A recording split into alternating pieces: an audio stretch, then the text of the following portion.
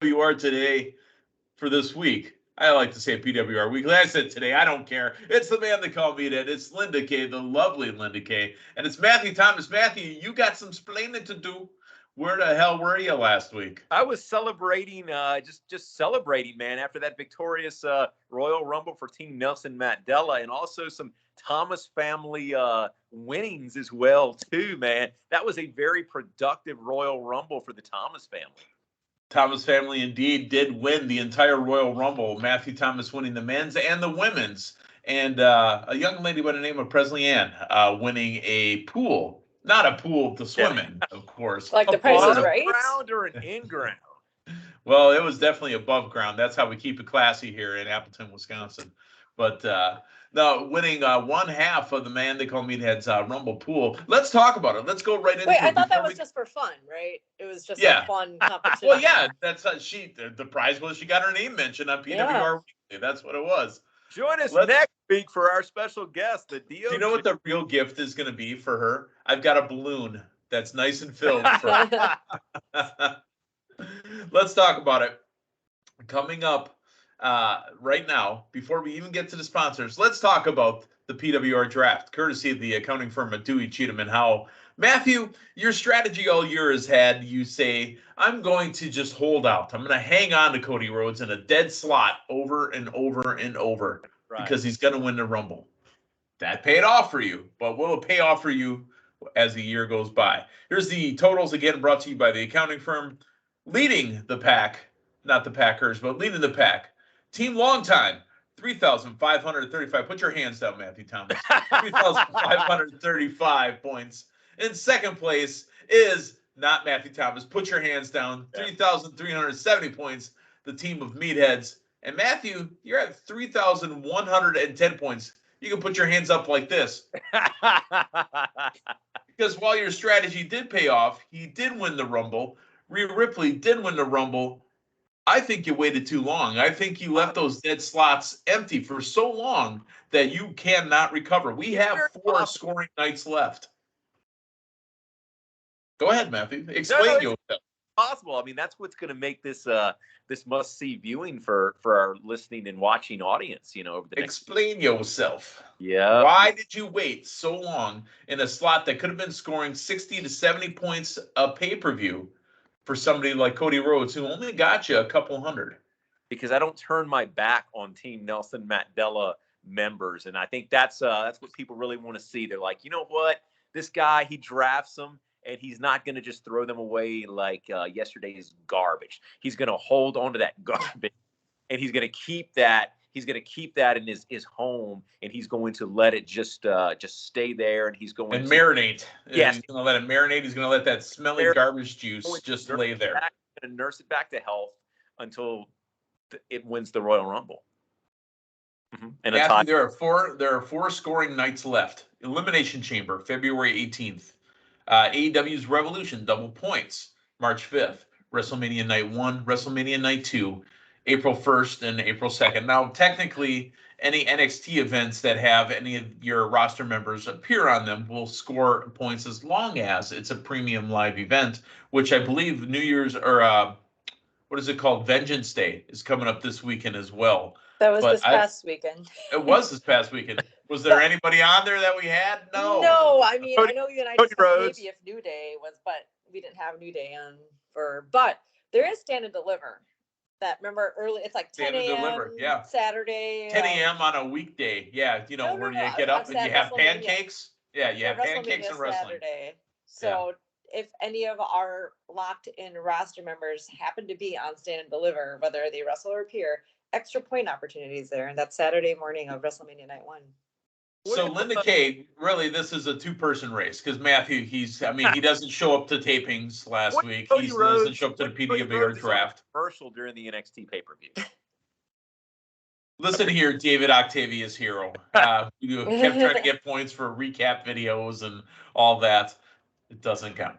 It's got to be a live presentation of them. So, speaking of live presentations, we want to hear Linda K talk to us about the sponsors for this week's program. I will start with something I'm wearing. This is one of my favorite classic collar and elbow shirts. Put them on a glass! Kings. I love the yellow. It's the Sport of And King. of course, Sport of Kings here. Of course, like New Japan Wrestling here. But if you want to also be sporting classic or new wrestling apparel, wrestling street fashions, make sure to visit our friends at collarandelbowbrand.com. Check out the latest and greatest in wrestling street fashions. Always new stuff popping up. Get on the newsletter so you can get alerts of any sales, shipping deals, any new merch drops. And of course, though, just know you can always save some extra cash by using promo code LindaK. That's LINDAKAY, and you will always save 10% off your order. Linda, also tell us about the lovely LindaK.com. Yes, that is my website that dropped 4 weeks ago. It is lovelylindak.com. Fellas, I don't know if you saw, I'm doing a regular vlog. I want to try to make it weekly, but in case I don't get it the right day, I did mention our Royal Rumble recap review, and of course to make everyone aware of our weekly podcast here as well. But it is lovelylindak.com. It's got dates where in the vlog where you can see any of the shows I'm a part of. We have a link to our podcast there as well. Merch drops, all that good stuff too. Would love your love and support. Thank you so much for that. And another sponsor to mention. While I'm on a roll, Meathead, should I roll it long? Roll it. All roll right. it long time. Oh, okay. Well, make sure to visit our friend Chris at ProWrestlingInsurance.com. Find out how you can make sure you are covered if something should happen to you, where you would get paid if you get hurt. Sounds like an interesting concept, but pretty much supplemental coverage that is affordable as low as $8 a month to make sure you get paid if you get hurt. ProWrestlingInsurance.com. Visit Chris. There's also options for event coverage if you are a wrestling promoter out there, or even if you're not a wrestling promoter. This is a supplemental policy coverage, however you look at it, that is available for anybody, your loved ones, for yourself, as well as life insurance policy. So, ProWrestlingInsurance.com. Awesome. Hey, real quick, I wanted to ask, if you're not getting the hits on lovelylindak.com, do you need Matthew to start posing for calendars, or myself? I mean, do we need to start getting in there and doing calendar shoots? Yeah. Well, I'll tell you what. I saw that I saw the vlog, the catch up with Linda K, and that's actually leading me to my my next endeavor coming up very, very soon to a web browser near you is Mustard with Matthew. Matthew, I don't know if you know this. Linda, I don't know if you know this. The Mustard Hall of Fame Museum, located in Madison, Wisconsin. Ooh, see, there you go. There's a nice little synergy there. I didn't know that either. Thank you, Matt, for that. Yeah, that is meant to In be your with Mustard the K. Sport of Kings t-shirt. Yeah, mustard colored Sport of Kings t-shirt. Yeah. So the catch up with Linda K, it's not cats up or like a ketchup like, that you like condiment ketchup, oh, but like catch up with me. But the K is I- just a plain on words. I have my Linda K Linder, my Linda K chain. And that's not catsup and not ketchup. No, not catsup with a C or a K, or ketchup with a K, or one of the odd colored ketchups. It is ketchup with Linda K with a K to keep in tune with what's going on in my world. Yeah, already. Different color ketchup. It's almost like non-green Mountain Dew. It just doesn't sound right. Are you kidding me? Let's talk pitch black, because Mountain Dew is green, man. Matthew Thomas Dew. All right, let's continue on. AEW Rampage, we got a little bit of news, not too much here, but AEW Rampage for next week, not airing at 10 Eastern, 9 Central, Matthew Thomas. It is going to be 7 p.m. Eastern. You know, you've talked about this before, people at the Outback Steakhouse, when they're leaving on, from NCAA times, when they're leaving on, TNT or TBS or whatever, and they're having that country fried steak with a little bit of gravy and maybe, a fancy like Applebee's or, whatever it is. And then also watching the bloody AEW Rampage. Matthew, the NBA All-Star Weekend is going to be happening over that weekend. Your thoughts on Rampage moving early, not late? Yeah, they've done this quite a bit. I mean, this is not 7 Eastern, 5. I mean, that's 5 Mountain. It's reasonable. We've got it on, I think, earlier or later in the past too. So this is still a normal time. So everybody at the Applebee's can watch Moxley bleed while they're eating their mashed potatoes. It's catsup. It's catsup.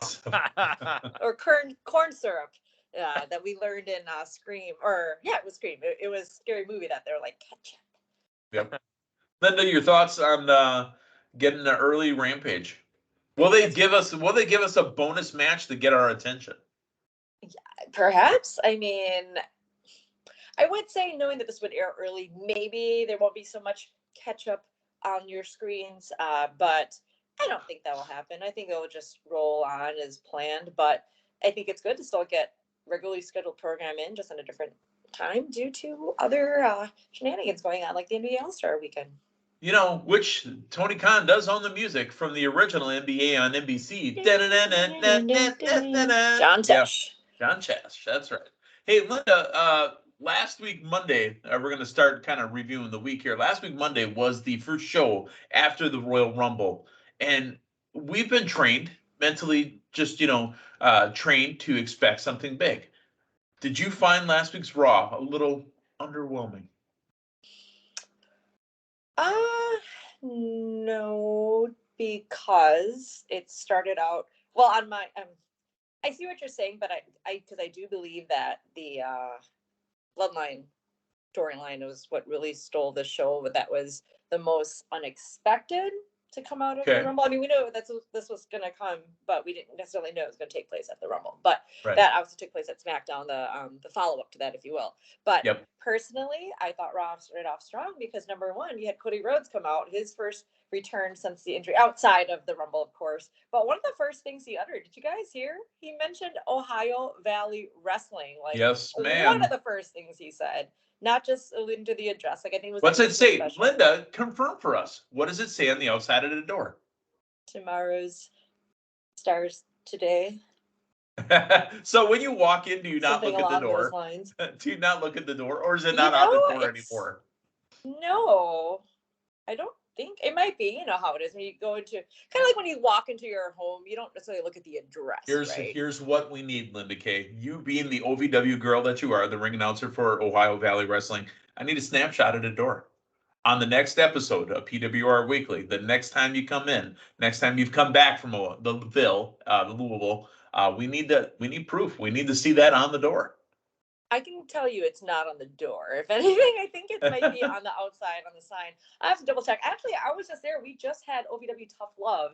It's our February TV special, which you can still watch for free. You can catch the replay anytime at Fight.tv.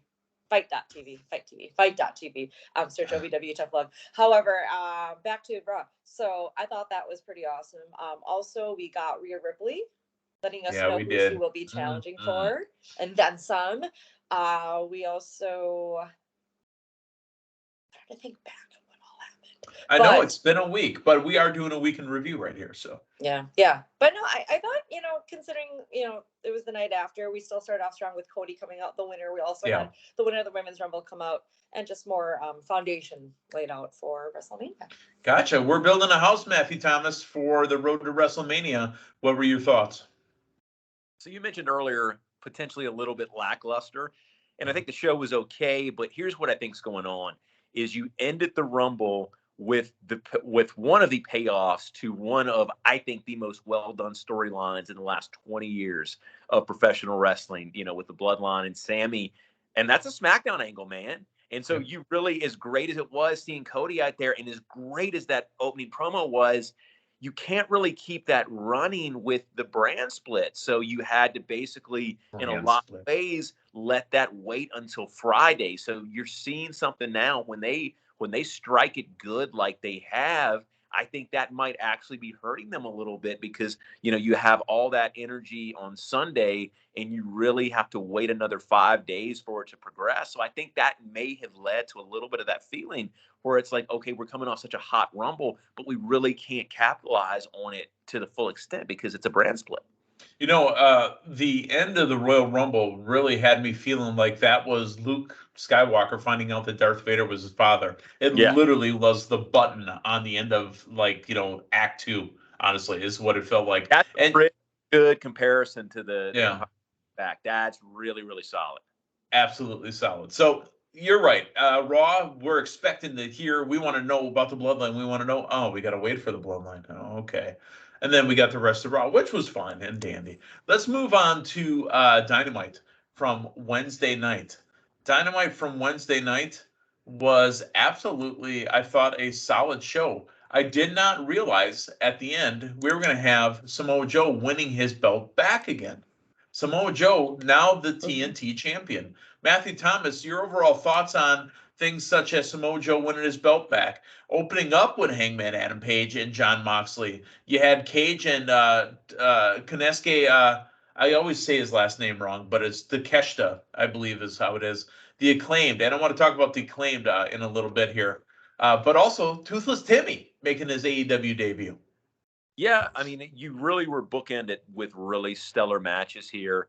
You had, I guess, it was the rubber match both for Moxley and Hangman. Whoa. Was it sponsored by Trojan? Yeah, that was the Trojan Wrestlers. Sorry. That's a Russo tactic, man. That's kind of how he books. It's when the it's a spinoff of the such and such on a pole match. That was Judy Bagwell on a pole. So, but here's my thing, and I want to pose this question. We're getting the Bryan Danielson thing right now, where he's wrestling every week. Is AEW a little bit too invested in some of these predictable match series? I mean, we've got it with Danielson. We had it with the Labors of Jericho. The best of 7 was cool, but you kind of had an idea how that was going to go. I just feel like we're in a little bit of a holding pattern now with some of the predictability, with the AEW booking. And as great as the Hangman and Moxley stuff has been, as great as Darby and Joe has been, they've all been different, distinct matches with such a huge roster and so many match combinations. We're getting a lot of I mean, they're not best of series, but they feel like it. So a little bit of a different, it doesn't quite feel stale or stagnant to me, but I can potentially see it going that way eventually. Well, let me ask you this, and I'll take your points, Matthew, and kind of move on to Linda Kay here. Let me ask you this. AEW, you've got the booking of WWE. You've got this 2.5+ year storyline that's kind of stretched out forever. AEW seems to do very short angles and very long angles that they seem to come in and out of, and they leave gaps. Linda Kay, do you find that the booking is a little stagnant?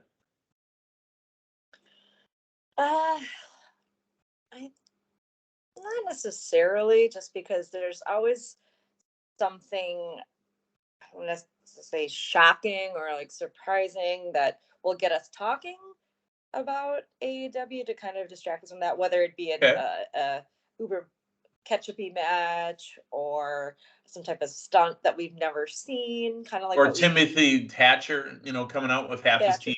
So yeah, that one's a tricky one for me. I feel that there's always something different. It's so fast moving within AEW that I don't even think too much about that, I guess, personally. Let me ask both of you guys this. With the MJF and Danielson storyline, do you have a little bit of a feeling in the back of your head? Are you a little bit concerned that his final opponent, because we've seen this with MJF and this has kind of been done before, are they bringing Nick Gage back? Please, God, no. I mean, I really don't want to see it, man. Not with Danielson, but I'm concerned each week when I see them announce. Guerrera, is he available? Who else has been brought back for one-offs? Honestly, I'd love to see the last real man come and wrestle Danielson. I think that'd be a great opponent for him. Let's bring in, the big name sponsor for Screaming Sicilian Pizza. Let's bring in Silas Young. Yeah. Shake things up on this promotion. The one thing I don't particularly like about AEW and their short-term booking is we go to a backstage interview. Wrestler A is going to challenge Wrestler B. We're going to see it on the next TV. Wrestler A is going to challenge Wrestler B. We're going to see it on the next TV. We get this a lot, and we got this now with Jamie Hayter. And oh, look, interrupted by the Bunny. Let me guess, you want a title shot or an eliminator shot on the next TV? Oh, look at that. You get a title shot or an eliminator shot on the next TV. I want to ask you guys. Routine, though, that it's just part of what you expect. Yeah. For me, I don't know. I expect it to the point where I don't like it. Let's talk about the Acclaim, because everybody loves the Acclaim, right? I don't want to call him out because I don't know if it's a medical issue or a health issue, but was Anthony Bowens, the back of his head dyed a different color than the front of his head? Did you guys catch that? I missed it. No. Back and watch. Like I said, I don't want to call it out because I don't know if something's wrong here, but high definition was not our friend for that one because I was fixated on it going, what is going on? Because it was like hair dye in the back half versus the front half. Just take a look. I hope he's okay. I hope everything's okay. Maybe we didn't miss this, or maybe I didn't catch this, but really what we got here was a bad microphone. Billy Gunn, doing a promo, and this is something AEW, being AEW, they're a top tier wrestling organization. However, they show their being number two-ness by having microphones that continually cut off over and over. Billy Gunn's cutting a passion promo, slams the mic down, has to be given another mic and says, you know what? You guys want it? Go ahead and beat the hell out of each other. Then comes back and allows the Ass Boys to get their match against the Acclaimed. I think this is happening at the pay-per-view, Linda. To start, you know what I was fixated with in this segment? It was my fellas there, the Outrunners from OVW. Remember, I am an honorary Outrunner. That's right. To be exact. I mean, I still have my souvenir here. There you go. Hey. When I won that arm wrestling match. So that being said, that was great for them. They got wrapped on and Turbo Floyd and Truth Magnum.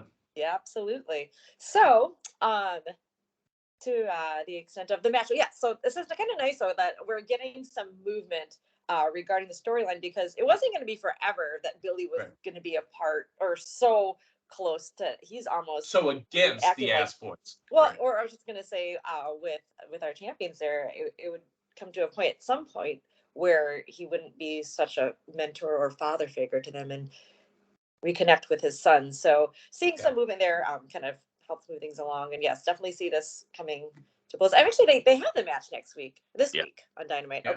Okay. But I think that it could be something further. But I think that it's also going to make it to the pay-per-view as well. Matthew Thomas? And I'll throw this out there, whether it be this week or whether it be at a pay-per-view match, I think Billy's turning on the Acclaimed. I think he's going to get back with his boy. Everybody loves the Acclaimed. I know, and they've sold a bunch of shirts and everything, but here's the thing. It was last week was the first time I've seen it.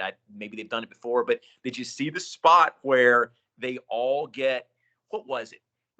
It was Billy got in the ring. He didn't get physical, but there was a spot during the match where Billy actually gets in the ring and there was some type of offense by the Acclaimed. But watching that last week, I think we're going to be conditioned to expect that. And that right there is going to be the spot where Billy turns on the Acclaimed. Yep. And you got to look at it. I mean, as much Acclaim, no pun intended, as WWE is getting for the Bloodline storyline, I think AEW might be looking at, all right, what do we have people invested in? What can we kind of pay off and make people feel a certain way? And I think this is it. The Acclaimed and, Daddy Ass have been selling tons of merch. They were number 2 in merch. You know who number 1 is, Matthew Thomas? Danhausen. Yes, very, very good. Very, very evil. That dude sells more merchandise than anybody else. How is this possible? Yeah. I mean, I'll tell you what you need to do, man. You actually put him, if Daddy Ass is going to even the odds, you put Danhausen in the Acclaim. Yes, Ass Boys. Linda K. Danhausen selling more merchandise than anybody else. I mean, more than the Jericho Appreciation Society, more than Bryan Danielson, more than Jade Cargill, Layla Gray, Red Velvet, more than Darby Allin, Samoa Joe. Let's talk about the main event. Darby Allin and Samoa Joe. Can I just add, about Danhausen? Maybe it's because a lot of the audience can relate to Danhausen because they also put spells on people. Let's talk about that main event, though. It's Darby Allin, the champion for the TNT Championship in a no-holds-barred match against the Ring of Honor World Television Champion, Samoa Joe, the King of Television. He wins, and at the end of the match, somebody comes back with his revenge with a nice new haircut as well. Wardlow is back going after Joe. You know what? I like this as a little payoff to having his haircut and now coming back. Absolutely. Now, where is the ponytail? That's my only question. You took it. Didn't they throw it? Just kidding. Yeah, I thought you wanted caught it, that. and you're whisking your table off when you eat to get the crumbs off with a Wardlow ponytail. Please tell me that Joe's been keeping that just to taunt him with. Like, I want Joe to have it in a photo album, first haircut. You know what it looked like, Matthew Thomas? You know what it looked like? Now that I think about it and I hold it, it looks like that thing that the referee pulled out in dodgeball. Warning, that's a foul. It could be a voodoo doll segment. I don't know. Let's add some. Oh, that would be more like with Wardlow's hair. Or that too, yes.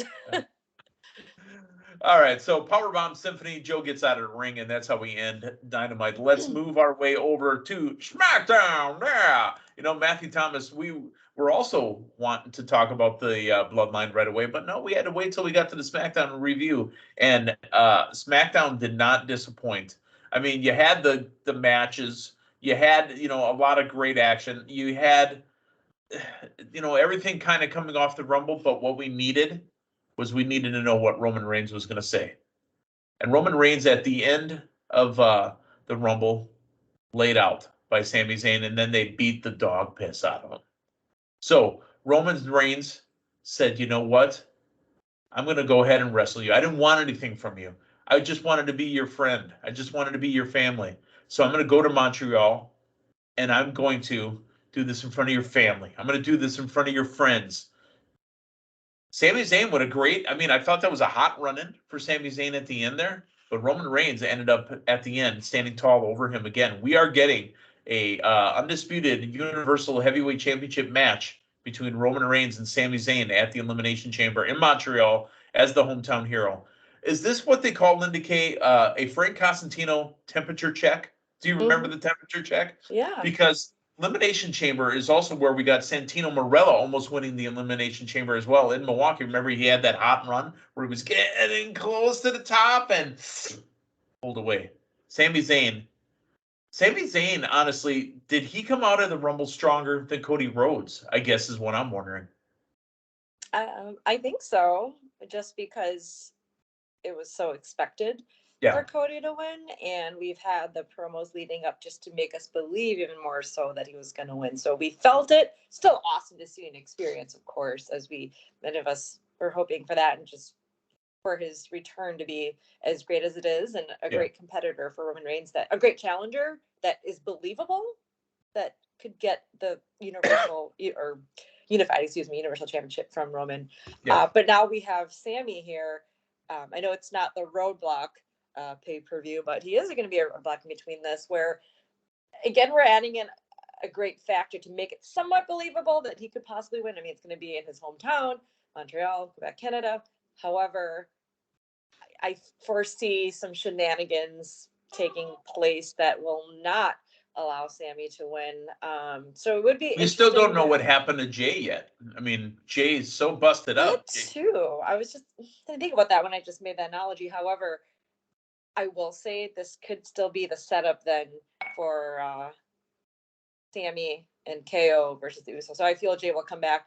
I think we're going to get the build up thinking he's going to be on Sami's side, and then we'll see at the Elimination Chamber he's sticking to his family, to his blood, and that's how we can get that tag team championship title moving and making it a believable competitor for the Usos to take that long, I guess, ever reigning championship from them, just like we'll get progression then for Cody and Roman.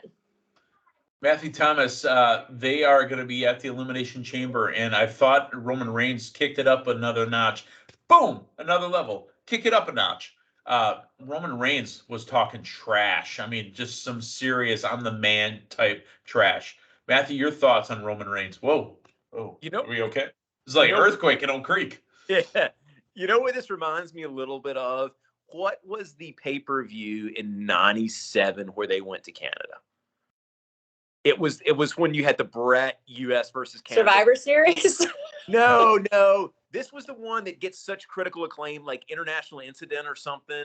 There was a Canadian pay-per-view that is consistently listed as one of the top audiences in WWE history. And I think this might very well be, you kind of have a similar feel. I mean, you have got a Canadian-based guy that is really, really paying off. All right, let me ask you this, and I think I'm setting you up to knock him down, Matthew. Who's more over, Sami Zayn in Montreal or Bret Hart in Canada right Bret. now?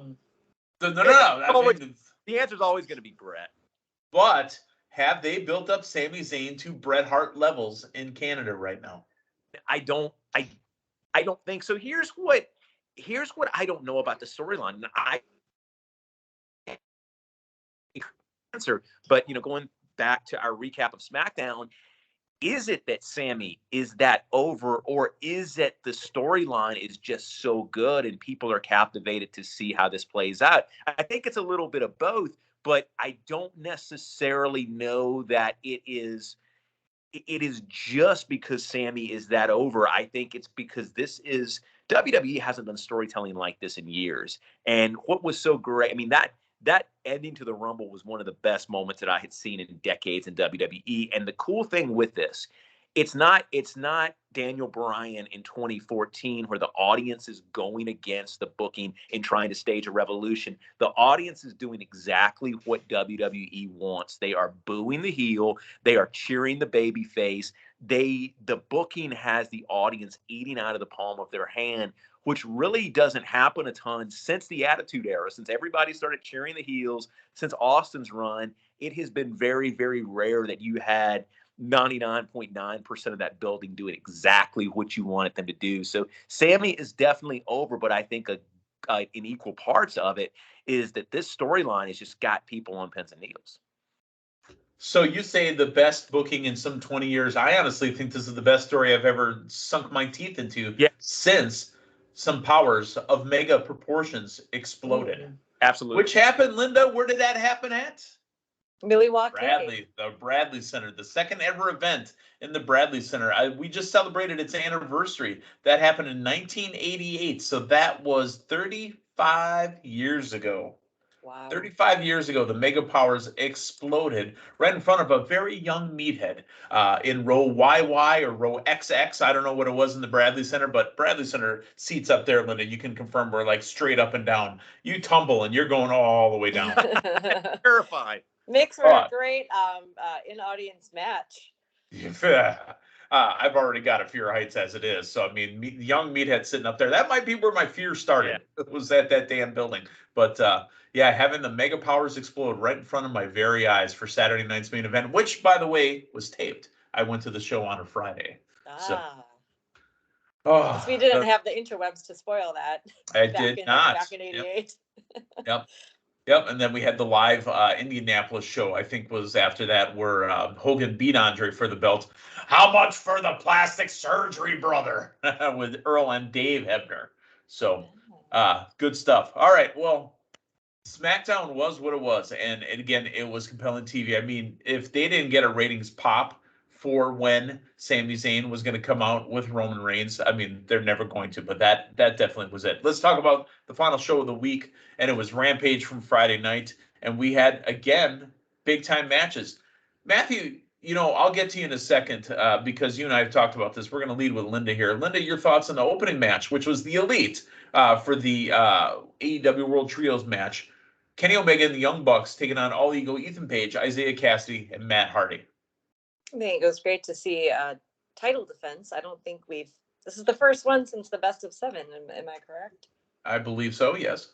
All right. Oh, great to see that. Get some more light prestige on the Trios Championship, if you will. Hot start. Anytime you have a match with Young Bucks, Kenny Omega. You got a little Matt Hardy action in there as well. Yes, delete. And also just progressing the whole shenanigans between Matt Hardy, Ethan Page, and then you still have Isaiah Cassidy there to kind of seems like he's in between both of them. Mark Quinn, I believe, is out on injury right now. That's why they have that going on. But Matthew, got Stokely Hathaway to mix things up a little bit there. He's great. Okay, I digress. I was going to say, Matthew, here's the point I'm going to bring up to you. And Linda, I know that we've talked about it, but I've talked more with Matthew on this particular one.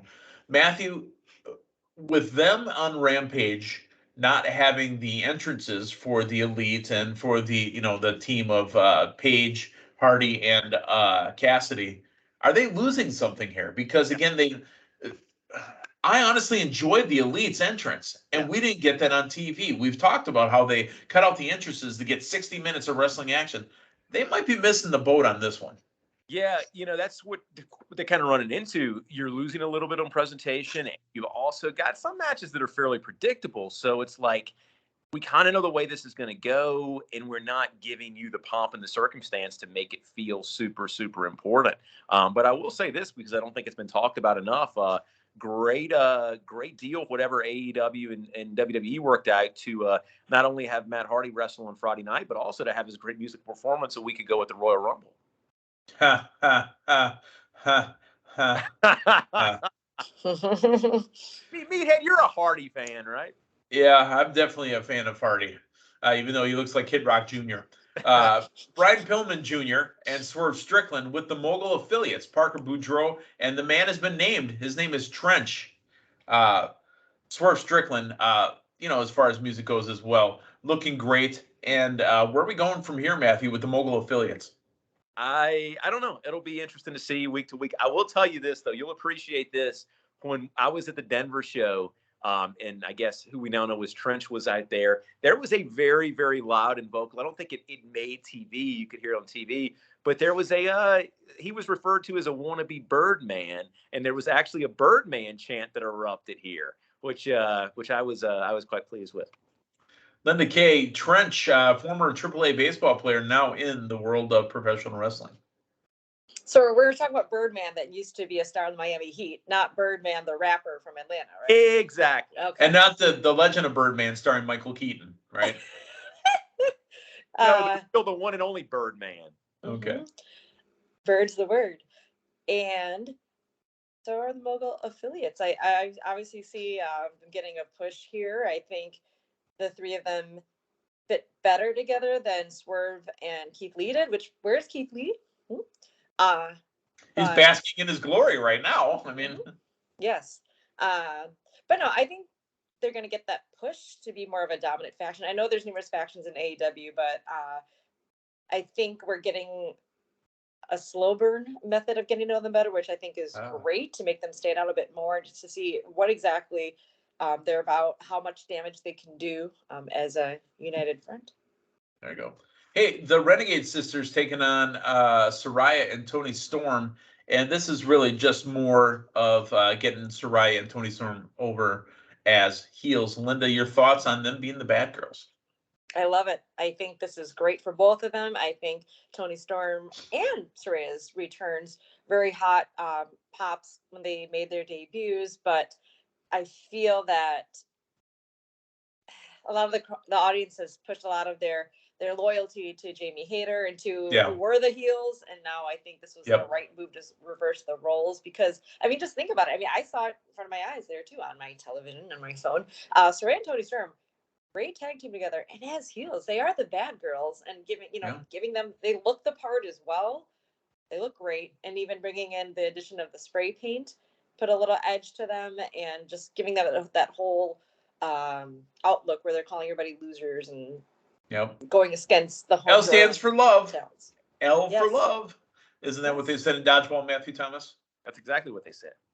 All right, Matthew, I'd like to talk to you about the main event. The never retired fallen angel Christopher Daniels took on El Toro Blanco, Rush with Jose, the assistant, and Preston Vance. Was Christopher Daniels ever retired? And is he ever going to heal from his eye? You saw his eye is still black. Yeah, no, he never retired. And that actually helped sway the draft in your direction a few years ago. He did win the draft. Some false claims was made regarding him there. But no, it's always good to see him back on TV. All right. So one more question for you, Matthew. Do you miss having the wrestlers on each camera instead of the video recap with Mark Henry saying it's time for the main event? Yeah, I do. That was, it was campy, but my goodness, that was kind of a signature of Rampage, Mm-hmm. I loved actually more so with Orange Cassidy going, hold on. There's been enough talk. It's time for Mark. Whoa, that's my line. See, I enjoyed that. I enjoyed, Dan Housen going, it's time for the main. See, I enjoyed that. Linda Kay, do you miss it as well? I mean, I love having Mark Henry out there, but I need the wrestlers. Yeah, it was just something different that I think a lot of people were looking forward to. Just that little bit of something to get you a little bit more excited for the main event. Yeah. something I'm looking forward to I tonight mean, the is Raw. main event.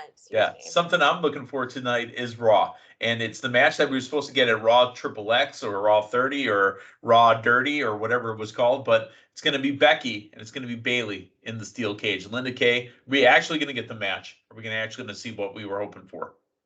I hope so. I would say maybe not if Elimination Chamber was this weekend, just to kind of continue the want, the need, the desire to get this cage keep match. Cages away from each other. So you have this cage match here and then the Chamber in 2 weeks or in a week and a half. Yeah. Yeah. I think it's going to happen. I don't think we need to drag this portion of this feud further anymore. This portion, you make a great point because I don't think the feud's over. This portion of it. All right. So also there's a 4-way Elimination Chamber qualifying match set tonight. And that is involving Mishin. Looks like Candice LeRae, Carmella, and not Mountain Dew Drop, but Piper Niven has a chance to qualify for the Elimination Chamber tonight. Linda, your thoughts on Mountain Dew Drop now being called Piper Niven and having a chance to qualify? I think that's great because your daughter Piper gets to hear her name and see her name more and more on WWE television. No, I think that's great. Let's bring Piper back in a new light, showing her strengths and dominance from her successes in NXT UK. Yep. Who else is in this? Carmella, Michin, and Candice LeRae. Candice LeRae. Yep, and they're getting a spot in the chamber. Yep, one person will get a spot in the chamber. I think Michin has to be a part of this. I find her as she has gotten quite the push, I think, since making her return. Very strong, very believable to be a strong opponent, for Bianca. Let's keep in mind, remember, the winner of the chamber is getting that title match against Bianca at WrestleMania. While Carmella has been at Mania and headlined numerous pay-per-views in the past, she hasn't had a title match at Mania, has she? I'm not sure about Mania, but just been the title holder for numerous pay-per-views in the past. But she's just making her return. I mean, honestly, let's think about the women's main events at WrestleMania for how many years? It's involved basically like 4 or 5 women, and that's it. It's been Becky, it's been Bayley, it's been Charlotte, it's been Asuka, it's been Ronda Rousey, and Bianca, and Rhea. That's it. It's that pool of women, right? Mm-hmm. That's your top tier. That's your women's division. Your top tier, your women's division. Asuka I think is going to be the one. Look at what Asuka's doing. I think she's going to be the one to go up against Bianca and just go crazy on her. And honestly, I think she dethrones Bianca at WrestleMania. There are singles matches on the men's side for Elimination Chamber. It looks like Angelo Dawkins and Damian Priest. I'm excited to see that match in a singles match. I'm also excited to see Montez Ford and Elias. I would love to see a run-in from Ezekiel. I don't know if it's going to happen, though. And much, much more coming up tonight on Raw. Your guys' thoughts on the week.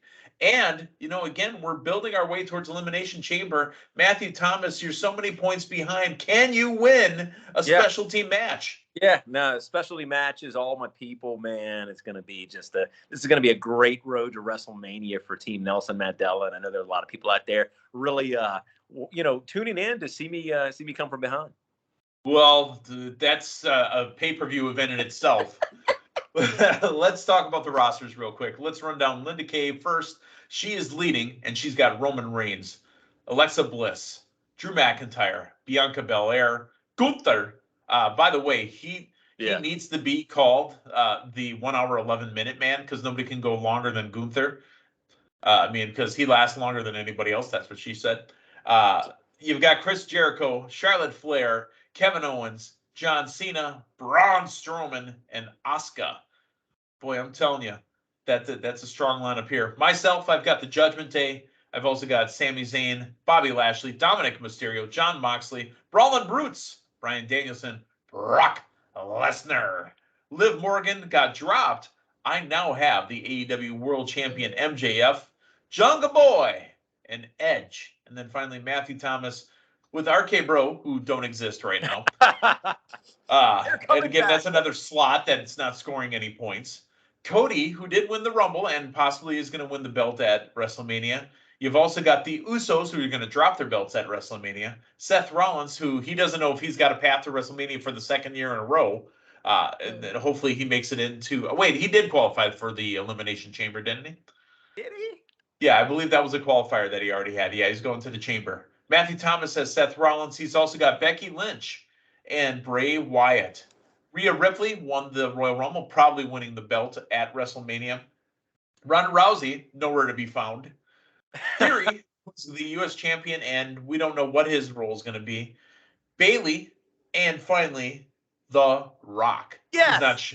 He's not showing up to the WrestleMania this year. You never know when he's going to show up. See, Matthew I think Thomas- I lead Matthew. After you picked up Rock, I was thinking, I was hoping that Cena would be at the Rumble, but I don't know. I think Maybe that's Cena Seth fan. Rollins' match or Theory's match. I think it's theory. I mean, that's the theory from everyone, but I do believe, and I hope that is what. Maybe we can bend a little bit and let Linda and I do a trade. I'll trade her Rock for Cena. No, I think I'm good with keeping Cena. Why don't you trade her? Though, Matthew? There could be something there, even if it's an appearance point. There's something there with The Rock. Could be And something. here's the thing: he resides in that area, If they have an ad for Young Rock on a pay-per-view, I'm trying to get this point. I was watching Young Andre. I was watching Young Pat. I was watching Young everybody else this last weekend. I don't know if you watched the episode, but they kept going to Young Pat, Young Andre. So, yeah, it was good stuff. That is our week. That is PWR Weekly. For Linda Kay, for Matthew Thomas, I'm the man they call Meathead. Thanks for stopping by. We will talk to you guys next week. So long, everyone.